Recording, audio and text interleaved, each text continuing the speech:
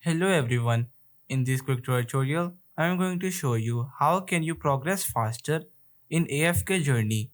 So first of all, I don't have AFK Journey installed on my system, but I will still guide you through.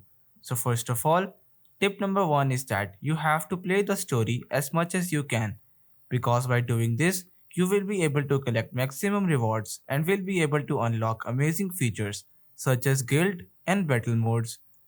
Second, you have to increase your AFK level by upgrading your characters. By doing this, you will be able to defeat maximum AFK enemies and then receive corresponding rewards.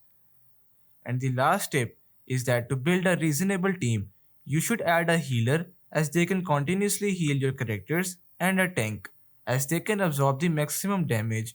So that's pretty much all for today's video.